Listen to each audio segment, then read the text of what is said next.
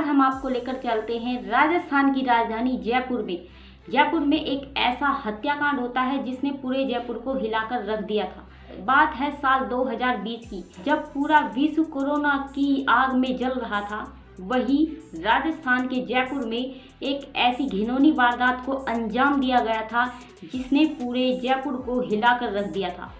होता कुछ इस तरीके से है। प्रताप नगर स्थित यूनिक टावर के लोग के एक अपार्टमेंट में एक फैमिली रहती है जो है तिवारी फैमिली। तिवारी फैमिली में टोटल 3 सदस्य होते हैं। एक है रोहित तिवारी, उनकी वाइफ श्वेता तिवारी और उनका 21 महीने का बेटा श्रेयम तिवारी। ये तीनों ही अपनी ज़िंदगी बहुत अच्छे तरीके से जी रहे थे क्योंकि कुछ घर में किसी भी चीज़ की कोई कमी नहीं थी। श्वेता, श्वेता, श्वेता, बोलो। रोहित जो थे वो इंडियन ऑयल कॉरपोरेशन लिमिटेड में एक सीनियर मैनेजर के पद पर थे। अभी फिलहाल उनकी ड्यूटी जयपुर के एयरपोर्ट पर लगी हुई थी। इस लहजे से भी रोहित तिवारी की फैमिली बहुत अच्छी खासी और पैसे वाली फैमिली बोली जाती थी। इसी वजह से उन्होंने घर में एक मेड भी लगा रखी थी जिससे कि श्वेता की हेल्प हो सके, क्योंकि श्वेता अपने बच्चे को भी देखती थी और घर के कामों में भी व्यस्त रहती थी। इस वजह से ही उन्होंने एक मेड भी लगी हुई थी जो हर रोज़ लगभग 6 बजे के करीब उनके घर पर आती थी। ये सभी उनकी दिनचर्या चल रही थी। डेली यही काम और डेली इसी तरीके से उनकी लाइफ चल रही थी। फिर एक दिन आता है 7 जनवरी 2020। इस दिन जो मेड थी वो पूरे अपने टाइम पर 6 बजे रोहित के घर जाती है। जैसे ही मेड घर की बेल बजाती है तो कोई भी दरवाज़ा खोलने के लिए बाहर नहीं आता है। जो मेड होती है वो 2 से 3 बार बेल बजाती है और दरवाज़ा खटखटाती है जिससे कि श्वेता उनके लिए दरवाज़ा खोल दे और वो अपना घर का काम करके जल्दी अपने घर निकल जाए, क्योंकि सर्दियों के दिन होते हैं। सर्दियों में 6 बजे काफ़ी अंधेरा हो जाता था, तो इसलिए मेड जब बेल बजाती है 2 से 3 बार बेल बजाने के बाद भी दरवाज़ा कोई नहीं खोलता है तो मेड दरवाजे को धक्का लगाती है। जैसे ही मेड दरवाजे को धक्का लगाती है तो दरवाज़ा खुल जाता है। अब गुस्से में मेड दरवाजे के अंदर जाती है और सोचती है कि वो श्वेता से बोलेगी कि उसने दरवाज़ा क्यों नहीं खोला, मैं बहुत देर से यहाँ पर वेट कर रही थी। लेकिन मेड जैसे ही दरवाजे से अंदर जाती है वो अंदर का नज़ारा देखकर शॉक हो जाती है। वो कुछ ऐसा देख लेती है जिससे कि उसकी आंखें खुली की खुली रह जाती है। सामने श्वेता को फर्श पर पड़ा हुआ लहूलुहान देखकर मेड घबरा जाती है और बाहर निकल जाती है। मेड बाहर निकलकर आसपास के लोगों को चिल्लाकर इकट्ठा करने लगती है और सारी बातें बताती है। आसपास के फ्लैटों से कुछ लोग बाहर निकलते हैं और उसकी बात सुनकर तिवारी हाउस के अंदर जाते हैं। अंदर जाने पर जो मेड होती है उसे याद आता है कि इस घर में एक 21 महीने का बच्चा रहता है। वो उसकी खोज में उस घर को ढूंढने लगती है। जैसे ही वो सारा फ्लैट ढूंढ लेती है, ये बात भी उन लोगों को बता देती है कि इस घर में एक बच्चा था, वो भी गायब है। अब उन लोगों द्वारा पहले रोहित और फिर वहाँ की जो स्थानीय पुलिस है उसको फ़ोन किया जाता है। मामले की जानकारी सुनकर जो पुलिस है वो मौके पर पहुँचती है और जाँच पड़ताल शुरू कर देती है। उधर रोहित को जब इस बात की खबर मिलती है तो रोहित भी कुछ ही देर के बाद वहां पहुंचता है और रोने लगता है। लेकिन रोते रोते रोहित के मुंह से एक शब्द निकलता है, sorry sorry Shweta, sorry Shweta. ऐसा बोलकर रोहित जोर जोर से रोने लगता है और वहीं पर बैठ जाता है। श्वेता के घर वाले भी कानपुर से जयपुर पहुंच जाते हैं। जैसे ही रोहित घर पहुंचता है तो रोहित के फ़ोन पर एक मैसेज आता है कि अगर श्रेयम को जिंदा चाहते हो तो उन्हें 30 लाख रुपए देने होंगे, यानी कि फिरौती के लिए उनके पास 30 लाख रुपए के लिए एक मैसेज पहुंचता है। ताज्जुब की बात तो ये थी कि ये जो मैसेज आया था वो श्वेता के फ़ोन से ही आया था कि उस व्यक्ति का पता ना चल सके जिसके पास वो फ़ोन था। पुलिस इसकी जाँच में जुट जाती है और श्वेता के नंबर को सर्विलांस पे डाल दिया जाता है। अगले दिन यानी 8 जनवरी को श्रेयम की बॉडी अपार्टमेंट के पीछे वाले जंगल में झाड़ियों में पड़ी मिलती है। ये सब जानकारी पाकर पुलिस उस जगह पर पहुंचती है। जैसे ही पुलिस वहां पर पहुंचती है, रोहित उस बॉडी को देखकर जोर जोर से रोने लगता है और वहीं पर गिर जाता है। इस डबल मर्डर के बारे में जानकर हर कोई हैरान हो जाता है कि आखिर इतने पॉश इलाके में घिनौनी वारदात को ऐसे अंजाम दिया गया। इस वारदात का खुलासा करने के लिए पुलिस कोई भी कमी नहीं छोड़ना चाहती है। वो अपनी जी जान लगाकर इस केस पर जुट जाती है। आसपास के 2 किलोमीटर के एरिया में जितने भी सीसीटीवी कैमरे हैं सारे खंगाले जाते हैं।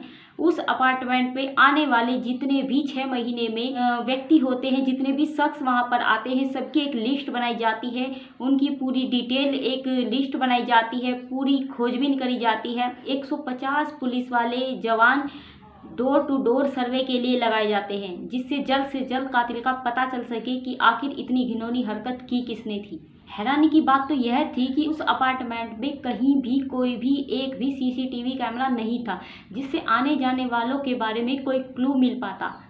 जांच के दौरान पुलिस की नज़र एक सीसीटीवी कैमरे पर गई जो तिवारी फैमिली के पड़ोसी ने अपनी घर की सेफ्टी के लिए लगा रखा था। उन्होंने सोचा शायद इस सीसीटीवी कैमरे में तिवारी फैमिली में आने जाने वालों की कोई क्लिप मिल जाए, लेकिन उनके पड़ोसी अभी फ़िलहाल घर पर नहीं थे, वो घूमने गए हुए थे। पुलिस ने उनको फ़ोन किया और इस वारदात के बारे में सारी बातें बताई। उन्होंने इंसानियत के नाते पुलिस का साथ देने के लिए अपनी बालकनी से उन्हें रास्ता बताया और सीसीटीवी कैमरे की फुटेज लेने को कहा।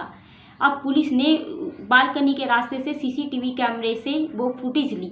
पुलिस ने 7 जनवरी की पूरी फुटेज खंगाली। उस फुटेज में एक व्यक्ति दिखाई दिया जो क्लियर तिवारी फैमिली के फ्लैट से निकलता हुआ नजर आ रहा था। उसके हाथ में एक चादर में लिपटा हुआ सामान था जिसे वो हाथ में लेकर जा रहा था। अब ये सारी चीज़ें सीसीटीवी में कैद हो जाती है। इस सीसीटीवी फुटेज से पुलिस के हाथ एक बहुत बड़ा क्लू लग गया था के बिना पर पुलिस खोजबीन चालू रखती है। उधर पुलिस श्वेता के फ़ोन की लोकेशन भी ट्रेस करती रहती है, जो 2-2 घंटे में बदलती रहती है। अब लोकेशन का पता चलाने के लिए पुलिस वो उस जगह पे जाती है जहां पर भी लोकेशन होती है। इसी लोकेशन के आधार पर पुलिस को एक सूचना मिलती है, वो सांगेनेर पहुंचती है। सांगेनेर पहुंचने के बाद उन्हें एक घर का पता मिलता है जहां पर बाहर वही जूते रखे हुए थे जो सीसीटीवी में उस व्यक्ति ने पहने हुए थे जो तिवारी के घर से निकल रहा था। अब पुलिस को पूरा शक हो जाता है और पुलिस उस घर पर चली जाती है। वहां पर उन्हें एक शख्स मिलता है जिसका नाम था सौरभ। सौरभ को पुलिस अपनी हिरासत में ले लेती है, पूछताछ करने लगती है। सौरभ के बारे में पता चलता है कि सौरभ रोहित का करीबी दोस्त है, जो आपस में हर कुछ शेयर करते थे। आए दिन वो एक दूसरे से मिलते रहते थे। सौरभ का तिवारी के घर पर आना जाना भी होता रहता था, इसलिए श्वेता उसे अच्छी तरह जानती थी। इसी वजह से श्वेता ने दरवाज़ा खोल दिया होगा। ये सब सवाल पुलिस के दिमाग में आने लगते हैं। जैसे ही पुलिस को रोहित और सौरभ की दोस्ती के बारे में पता चलता है, पुलिस एक योजना बनाती है।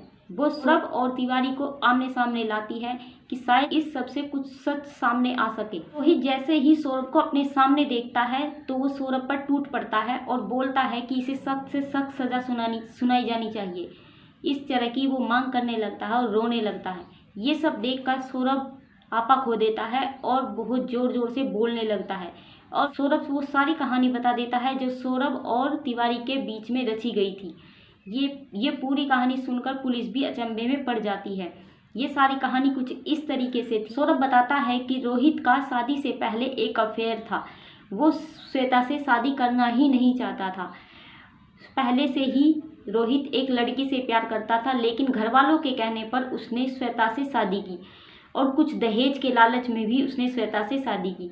ये सब बातें जब सौरभ पुलिस को बताता है, अब रोहित श्वेता से पीछा छुड़ाने के लिए एक योजना बनाता है जिसमें सौरभ भी शामिल होता है। रोहित अब तक इसलिए रुका हुआ था ताकि वो दहेज के पचड़े में नहीं पड़ना चाहता था, इसलिए उसने अपनी शादी से 7 साल के लिए एक गैप बनाया, जिसके बाद उसने स्वाति को मारने की एक योजना बनाई। ये योजना सौरभ और रोहित ने पिछले 6 महीने से बनाकर चल रहे थे।